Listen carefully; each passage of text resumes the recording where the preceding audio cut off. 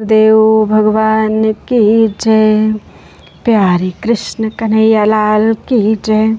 श्री वेदांत दर्शन 21वां ब्रह्म सूत्र, तीसरा अध्याय चल रहा है और चौथा पाद चल रहा है। स्तुति संबंध। पूर्व प्रकरण में संन्यास आश्रम की सिद्धि की गई। जब यज्ञ कर्म के अंगभूत उद्गीत आदि में की जाने वाली जो उपासना है उसकी तथा उसके लिए बताए हुए गुणों की विधेयता सिद्ध करके विद्या कर्मों का अंग नहीं है, यह सिद्ध करने के उद्देश्य से अगला प्रकरण आरंभ किया जाता है। स्तुति मात्रम उपादानादिति चेन्ना पूर्वत्वात् 21वां ब्रह्म सूत्र। चेत मीन्स यदि कहो, उपादानात मीन्स उद्गीत आदि उपासनाओं में जो उनकी महिमा के सूचक वचन हैं उनमें कर्म के अंगीभूत उद्गीत आदि को लेकर वैसा दर्शन किया गया है, इसलिए वैसा वर्णन किया गया है। इसलिए स्तुति मात्रम मीन्स वह सब केवल उनकी स्तुति मात्र है। इति ना मीन्स तो ऐसी बात नहीं है। अपूर्वत्वात् मीन्स क्योंकि वे उपासनाएं और उनके रसतमत्व आदि गुण अपूर्व हैं। व्याख्या। यदि कहो कि यह जो उद्गीत है वह रस का भी उत्तम रस है, परमात्मा का आश्रय स्थान और पृथ्वी आदि रसों में 8वां सर्वश्रेष्ठ रस है। छांदोग्य उपनिषद 1:1-3। इस प्रकार से जो उद्गीत के विषय में वर्णन है वह इसी प्रकार सभी कर्मांगभूत उपासनाओं में जिन जिन विशेष गुणों का वर्णन है वह एक लाइन छूट गई। इस प्रकार जो उद्गीत के विषय में वर्णन है वह केवल स्तुति मात्र है, क्योंकि यज्ञ के अंगभूत उद्गीत को लेकर ऐसा कहा गया है। इसी प्रकार सभी कर्मांगभूत उपासनाओं में जिन जिन विशेष गुणों का वर्णन है वह सब उस अंग की स्तुति मात्र है। इसलिए विद्या कर्म का अंग है तो यह कहना उचित नहीं है, क्योंकि वे उपासनाएं और उनके संबंध से बताए हुए गुण अपूर्व हैं। जो अन्य किसी प्रमाण से प्राप्त न हो उसे अपूर्व कहते हैं। इन उपासनाओं और उनके गुणों का ना तो अन्यत्र कहीं वर्णन है और ना अनुमान आदि से ही उनका ज्ञान होता है, अतः उन्हें अपूर्व माना गया है। इसलिए यह कथन स्तुति के लिए नहीं किंतु उद्गीत आदि को प्रतीक बनाकर उसमें उपास्य देव की भावना करने के लिए स्पष्ट प्रेरणा देने वाला विधि वाक्य है। अतः विद्या कर्म का अंग नहीं है। संबंध। प्रकारांतर से इसी बात को पुष्ट करते हैं। भाव शब्दाच्चा 22वां ब्रह्म सूत्र। चा मीन्स इसके सिवा उस प्रकरण में भाव शब्दात मीन्स इस प्रकार उपासना करनी चाहिए इत्यादि विधिवाचक शब्दों का स्पष्ट प्रयोग होने के कारण भी यही बात सिद्ध होती है। व्याख्या। केवल अपूर्व होने से ही उसे विधिवाक्य माना जाता हो ऐसी बात नहीं है। उस प्रकरण में उद्गीत की उपासना करनी चाहिए। छांदोग्य उपनिषद 1:1-1। साम की उपासना करनी चाहिए। छांदोग्य उपनिषद 2:2-1 इत्यादि रूप से अत्यंत स्पष्ट विधि सूचक शब्दों का प्रयोग भी है। जैसे उनकी अपूर्व विधि है उसी प्रकार उन उपासनाओं का अपूर्व फल भी बतलाया गया है। छांदोग्य उपनिषद 1:1-7, 1:7-9 और 2:2-3। इसलिए यहाँ सिद्ध हुआ कि वह कथन कर्म के अंगभूत उद्गीत आदि की स्तुति के लिए नहीं है, उनको प्रतीक बनाकर उपासना का विधान करने के लिए है और इसीलिए विद्या कर्म का अंग नहीं है। संबंध। भिन्न भिन्न प्रकरणों में जो आख्यायिकाओं का इतिहासों का वर्णन है उसका क्या अभिप्राय है, इसका निर्णय करके विद्या कर्म का अंग नहीं है यह सिद्ध करने के लिए अगला प्रकरण आरंभ किया जाता है। पारिप्लवार्था इति चेन्न विशेषितत्वात् 23वां ब्रह्म सूत्र। चेत मीन्स यदि कहो, पारिप्लवार्था मीन्स उपनिषदों में वर्णित आख्यायिकाएं परिप्लव नामक कर्म के लिए हैं। इति ना मीन्स तो यह ठीक नहीं है। विशेषितत्वात् मीन्स क्योंकि परिप्लव कर्म में कुछ ही आख्यायिकाओं को विशेष रूप से ग्रहण किया गया है। व्याख्या। उपनिषदों में जो यम और नचिकेता, देवता और यक्ष, मैत्रेयी और याज्ञवल्क्य, प्रतर्दन और इंद्र, जानश्रुति और रैवको तथा याज्ञवल्क्य और जनक आदि की कथाएं आती हैं, वे यज्ञ संबंधी परिप्लव नामक कर्म की अंगभूत हैं, क्योंकि पारिप्लव माचक्षित पारिप्लव नामक वैदिक उपाख्यान कहे इस विधि वाक्य द्वारा श्रुति में उसका स्पष्ट विधान किया है। अश्वमेध याग में जो रात्रि के समय कुटुंब सहित बैठे हुए राजा को अध्वर्यु वैदिक उपाख्यान सुनाता है, वही परिप्लव कहलाता है। इस परिप्लव कर्म के लिए उपर्युक्त कथाएं हैं, ऐसा यदि कोई कहे तो यह ठीक नहीं है, क्योंकि पारिप्लव का प्रकरण आरंभ करके श्रुति ने मनुर्वैवस्वतो राजा इत्यादि वाक्यों द्वारा कुछ विशेष उपाख्यानों को ही वहाँ सुनने योग्य कहा है। उनमें ऊपर बताई हुई उपनिषदों की कथाएं नहीं आती हैं, अतः वे परिप्लव कर्म के अंगभूत नहीं हैं। वे सब आख्यान ब्रह्म विद्या को भलीभांति समझाने के लिए कहे हुए ब्रह्म विद्या के ही अंग हैं। इसीलिए इन सब आख्यानों का विशेष महात्म्य बतलाया गया है। कठोपनिषद 1:3-16। संबंध प्रकारांतर से इसी बात को दृढ़ करते हैं। तथा चैक वाक्यतोपबंधात 24वां ब्रह्मसूत्र तथा चा मीन्स इस प्रकार उन आख्यायिकाओं को परिप्लवार्थक न मानकर विद्या का ही अंग मानना चाहिए। एक वाक्य तो उपबंधात मीन्स क्योंकि इन उपाख्यानों की वहाँ कही हुई विद्याओं के साथ एक वाक्यता देखी जाती है। व्याख्या इस प्रकार उन कथाओं को परिप्लव कर्म का अंग न मानकर वहाँ कही हुई विद्याओं का ही अंग मानना उचित है, क्योंकि सन्निकट होने से इन विद्याओं के साथ ही इनका संबंध हो सकता है। विद्या में रुचि उत्पन्न करने तथा परब्रह्म के स्वरूप का तत्व सरलता से समझने के लिए ही इन कथाओं का उपयोग किया गया है। इस प्रकार इनका उन प्रकरणों में वर्णित विद्याओं के साथ एक वाक्यता रूप संबंध है, इसलिए ये सब आख्यान ब्रह्म विद्या के ही अंग हैं, कर्मों की नहीं, ऐसा मानना ही ठीक है। संबंध यहाँ तक यह बात सिद्ध की गई कि ब्रह्म विद्या यज्ञादि कर्मों का अंग नहीं है तथा वह स्वयं बिना किसी की सहायता के परम पुरुषार्थ को सिद्ध करने में समर्थ है। अब पुनः इसी का समर्थन करते हुए इस प्रकरण के अंत में कहते हैं, अतएव चाग्निधनाद्यन अपेक्षा 25वां ब्रह्मसूत्र। चा मीन्स तथा, अतएव मीन्स इसीलिए, अग्निधनाद्यनपेक्षा मीन्स इस ब्रह्म विद्या रूप यज्ञ में अग्नि, समिधा, घृत आदि पदार्थों की आवश्यकता नहीं है। व्याख्या यह ब्रह्म विद्या रूप यज्ञ अपने ध्येय सिद्ध करने में सर्वथा समर्थ है।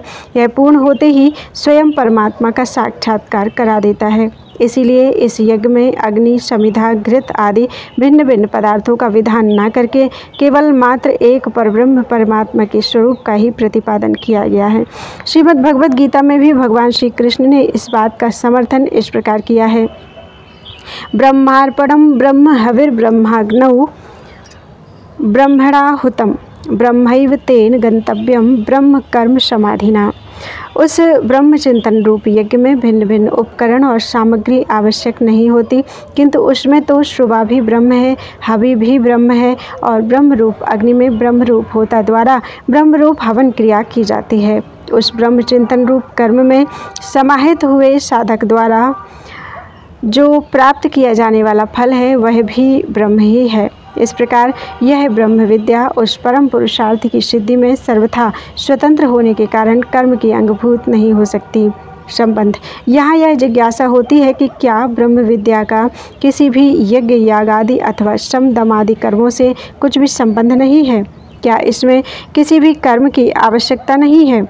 अतः इसका निर्णय करने के लिए अगला प्रकरण आरंभ किया जाता है।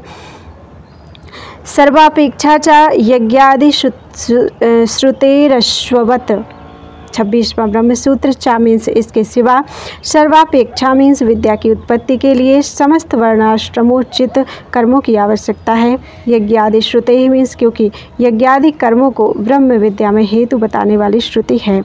अश्ववत मीन्स जैसे घोड़ा योग्यतानुसार सवारी के काम में ही लिया जाता है, प्रासाद पर चढ़ने के कार्य में नहीं, उसी प्रकार कर्म विद्या की उत्पत्ति के लिए अपेक्षित है, मोक्ष के लिए नहीं। व्याख्या, यह सर्वेश्वर है, यह समस्त प्राणियों का स्वामी है इत्यादि वचनों से परमेश्वर के स्वरूप का वर्णन करके श्रुति में कहा है कि इस परब्रह्म को ब्राह्मण लोग निष्काम भाव से किए हुए स्वाध्याय, यज्ञ, दान और तप के द्वारा जानने की इच्छा करते हैं। इसी को जानकर मनुष्य मननशील होता है। इस सन्यासियों के लोक को पाने की इच्छा से मनुष्य गण सन्यास ग्रहण करते हैं इत्यादि बृहदारण्यकोपनिषद 4:4-22 तथा श्रुति में भी कहा है कि जिस परम पद का सब वेद बार बार प्रतिपादन करते हैं, समस्त तप जिसका लक्ष्य कराते हैं अर्थात जिसकी प्राप्ति के साधन है तथा जिसको चाहने वाले लोग ब्रह्मचर्य का पालन करते हैं, उस पद को मैं तुझे संक्षेप में कहता हूँ। कठोपनिषद 1:2-15 इत्यादि श्रुति के इन वचनों से यह सिद्ध होता है कि परमात्मा के तत्व को जानने के लिए सभी वर्णाश्रमोचित कर्मों की आवश्यकता है। इसीलिए भगवान ने भी गीता में कहा है, यज्ञ दान तपः कर्म न त्याज्यम कार्यमेव तत् यज्ञो दानं तपश्चैव पावनानि मनीषिणाम् एतान्यपि तु कर्माणि संगं त्यक्त्वा फलानि च कर्तव्यानीति मे पार्थ निश्चितं मतमुत्तमम्। यज्ञ, दान और तप ये कर्म त्याज्य नहीं हैं। इनका अनुष्ठान तो करना ही चाहिए, क्योंकि यज्ञ, दान और तप ये मनीषी पुरुष को पवित्र करने वाले हैं।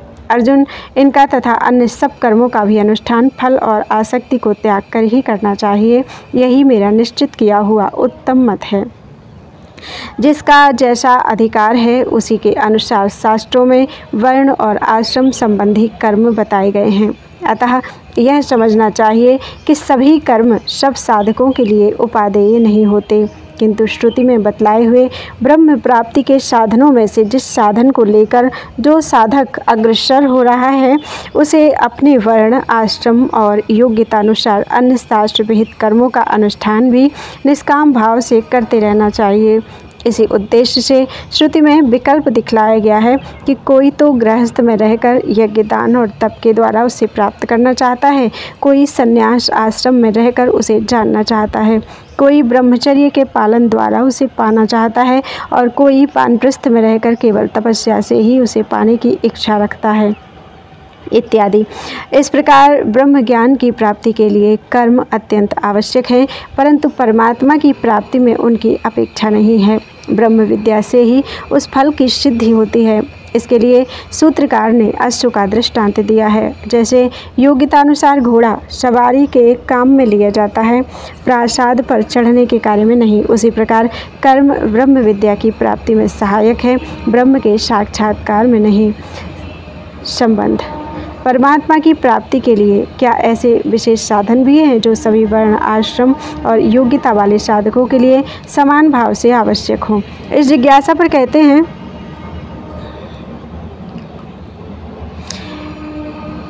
समदमाद्युपेतः स्यात् तथापि तु तद्विधेस्तदंगतया तेषामवश्यानुष्ठेयत्वात् 27वां ब्रह्म सूत्र। तथापि मीन्स अन्य कर्म आवश्यक ना होने पर भी साधक को समदमाद्युपेतः, समदम, तितिक्षा आदि गुणों से संपन्न, स्यात् मीन्स होना चाहिए, तो मीन्स क्योंकि, तदंगतया मीन्स उस ब्रह्म विद्या के अंग रूप से, तद्विधेय मीन्स उन समदमादि का विधान होने के कारण, तेसाम मीन्स उनका, अवश्यानुष्ठेयत्वात् मीन्स अनुष्ठान अवश्य कर्तव्य है। व्याख्या श्रुति में पहले ब्रह्मवेत्ता के महत्व का वर्णन करके कहा गया है कि यह ब्रह्मवेत्ता की महिमा नित्य है, यह न कर्मों से बढ़ती है और न घटती है। इस महिमा को जानना चाहिए। ब्रह्मवेत्ता की महिमा को जानने वाला पाप कर्मों से लिप्त नहीं होता, इसलिए उस महिमा को जानने वाला साधक शांत, अंतःकरण का संयमी, दांत अर्थात इंद्रियों का संयमी, उपरत, तितिक्षु और ध्यान में स्थित होकर आत्मा में ही आत्मा को देखता है। बृहदारण्यकोपनिषद 4:4-23। इस प्रकार श्रुति में परमात्मा को जानने की इच्छा वाले साधक के लिए सम, दम आदि साधनों का ब्रह्म विद्या के अंग रूप से विधान है। इस कारण उनका अनुष्ठान करना साधक के लिए परम आवश्यक हो जाता है। अतएव जिस साधन के लिए वर्ण, आश्रम के यज्ञ आदि कर्म आवश्यक ना हो उसको भी इन सम दम तितिक्षा ध्यानाभ्यास आदि साधनों से संपन्न अवश्य होना चाहिए। सूत्र में आए हुए तथापि शब्द से उपर्युक्त भाव तो निकलता ही है, उसके सिवा यह भाव भी व्यक्त होता है कि अधिकांश साधकों के लिए तो पूर्व सूत्र के कथनानुसार अपने अपने वर्ण और आश्रम के लिए विहित सभी कर्म आवश्यक हैं, किंतु वैराग्य और उपरति आदि किसी विशेष कारण से किसी के लिए अन्य कर्म आवश्यक ना हो तो भी शम दमादि का अनुष्ठान तो अवश्य होना चाहिए। संबंध श्रुति में कहीं कहीं यह वर्णन भी मिलता है कि प्राण विद्या के रहस्य को जानने वाले के लिए कोई अन्न अभक्ष नहीं होता। छांदोग्य उपनिषद 5.2.1, बृहदारण्यक उपनिषद 6.1.14। इसलिए साधक को अन्न के विषय में भक्ष या भक्ष्य का विचार रखना चाहिए या नहीं, इस जिज्ञासा पर कहते हैं सर्वान्नानुमतिश्च प्राणात्यये तद्दर्शनात्। 28वां ब्रह्मसूत्र। सर्वान्नानुमति ही मीन्स सब प्रकार के अन्न को भक्षण करने की अनुमति। चा मीन्स तो, प्राणात्यये मीन्स अन्न बिना प्राण ना रहने की संभावना होने पर ही है, सदा नहीं। तद्दर्शनात् मीन्स क्योंकि श्रुति में वैसा ही आचार देखा जाता है। व्याख्या श्रुति में एक कथा आती है। किसी समय कुरुदेश में टिड्डियों के गिरने अथवा ओले पड़ने से भारी अकाल पड़ गया। उस समय उशस्ती नाम वाले एक विद्वान ब्राह्मण अपनी पत्नी आटिकी के साथ इम्य ग्राम में रहते थे। वे दरिद्रता के कारण बड़ी दुर्गति में थे। कई दिनों से भूखे रहने के कारण उनके प्राण जाने की संभावना हो गई। तब वे एक महावत के पास गए। वह उड़द खा रहा था। उन्होंने उससे उड़द मांगा। महावत ने कहा, मेरे पास इतना ही है, इसे मैंने पात्र में रखकर खाना आरंभ कर दिया है, यह जूठा अन्न आपको कैसे दूँ? उशस्ती बोले, इन्हीं में से मुझे दे दो। महावत ने वे उड़द उनको दे दिए और कहा, यह जल भी प्रस्तुत है, पी लीजिए। उशस्ती ने कहा, नहीं, यह जूठा है, इससे जूठा पानी पीने का दोष लगेगा। यह सुनकर महावत बोला, क्या ये उड़द जूठे नहीं हैं? उशस्ती ने कहा, इनको न खाने से तो मेरा जीना असंभव था, किंतु जल तो मुझे अन्यत्र भी इच्छानुसार मिल सकता है, इत्यादि। छांदोग्य उपनिषद 1:10-1 से 7 तक। श्रुति में कही हुई इस कथा को देखने से यह सिद्ध होता है कि जिस समय अन्न के बिना मनुष्य जीवन धारण करने में असमर्थ हो जाए, प्राण बचने की आशा ना रहे, ऐसी परिस्थिति में ही अपवित्र या उच्छिष्ट अन्न भक्षण करने के लिए शास्त्र की सम्मति है, साधारण अवस्था में नहीं। क्योंकि उड़द खाने के बाद उशस्ती ने जल ग्रहण ना करके इस बात को भली प्रकार स्पष्ट कर दिया है। अतएव वहाँ जो यह कहा है कि इस रहस्य को जानने वाले के लिए कोई अभक्ष नहीं होता, उसका अभिप्राय प्राण विद्या के ज्ञान की स्तुति करने में है, न कि अभक्ष भक्षण के विधान में, क्योंकि वैसा कहने पर अभक्ष का निषेध करने वाले शास्त्र वचनों से विरोध होगा। इसलिए साधारण परिस्थिति में मनुष्य को अपने आचार तथा आहार की पवित्रता के संरक्षण संबंधी नियम का त्याग कदापि नहीं करना चाहिए। संबंध दूसरी युक्ति से पुनः इसी बात को पुष्ट करते हैं। अबाधात च 29वां ब्रह्मसूत्र। अबाधात मीन्स अन्य श्रुति का बाध नहीं होना चाहिए। इस कारण से चा मीन्स भी यही सिद्ध होता है कि आपातकाल के सिवा अन्य परिस्थिति में आचार का त्याग नहीं करना चाहिए। व्याख्या आहार शुद्धौ सत्व शुद्धि है। आहार की शुद्धि से अंतःकरण की शुद्धि होती है। छांदोग्य उपनिषद 7:26-2 इत्यादि जो भक्ष्य का विचार करने वाले शास्त्र वचन हैं, उनके साथ एक वाक्यता करने के लिए उनका दूसरी श्रुति के द्वारा बाध अर्थात विरोध होना उचित नहीं है। इस कारण से भी आपत्ति काल के सिवा साधारण अवस्था में भक्ष्य विचार एवं अभक्ष्य के त्याग रूप आचार का त्याग नहीं करना चाहिए। संबंध प्रकारांतर से पुनः इसी बात को सिद्ध करते हैं। अपिचा स्मर्यते 30वां ब्रह्मसूत्र। अपिचा मीन्स इसके सिवा, स्मर्यते मीन्स स्मृति भी इसी बात का समर्थन करती है। व्याख्या मनुस्मृति में कहा है कि जीवितात्ययमापन्नो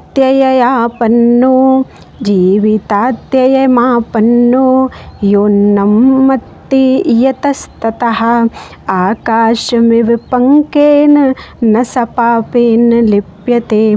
जो मनुष्य प्राण संकट में पड़ने पर जहाँ कहीं से भी अन्न जाकर खा लेता है, वह उसी प्रकार पाप से लिप्त नहीं होता जैसे कीचड़ से आकाश। मनुस्मृति 10:104। इस प्रकार जो स्मृति वचन उपलब्ध होते हैं उनसे भी यही सिद्ध होता है कि प्राण जाने की परिस्थिति उत्पन्न न होने तक आहार शुद्धि संबंधी सदाचार का परित्याग नहीं करना चाहिए। संबंध अब श्रुति प्रमाण से अभक्ष भक्षण का निषेध सिद्ध करते हैं। बोलो वृंदावन बिहारी लाल की जय। 30 ब्रह्म सूत्र हुए हैं आज। त्वदीयं वस्तु गोविंद तुभ्यमेव समर्पये तेन त्वदङ्घ्रिकमले रतिं मे यच्छ शाश्वतीम्।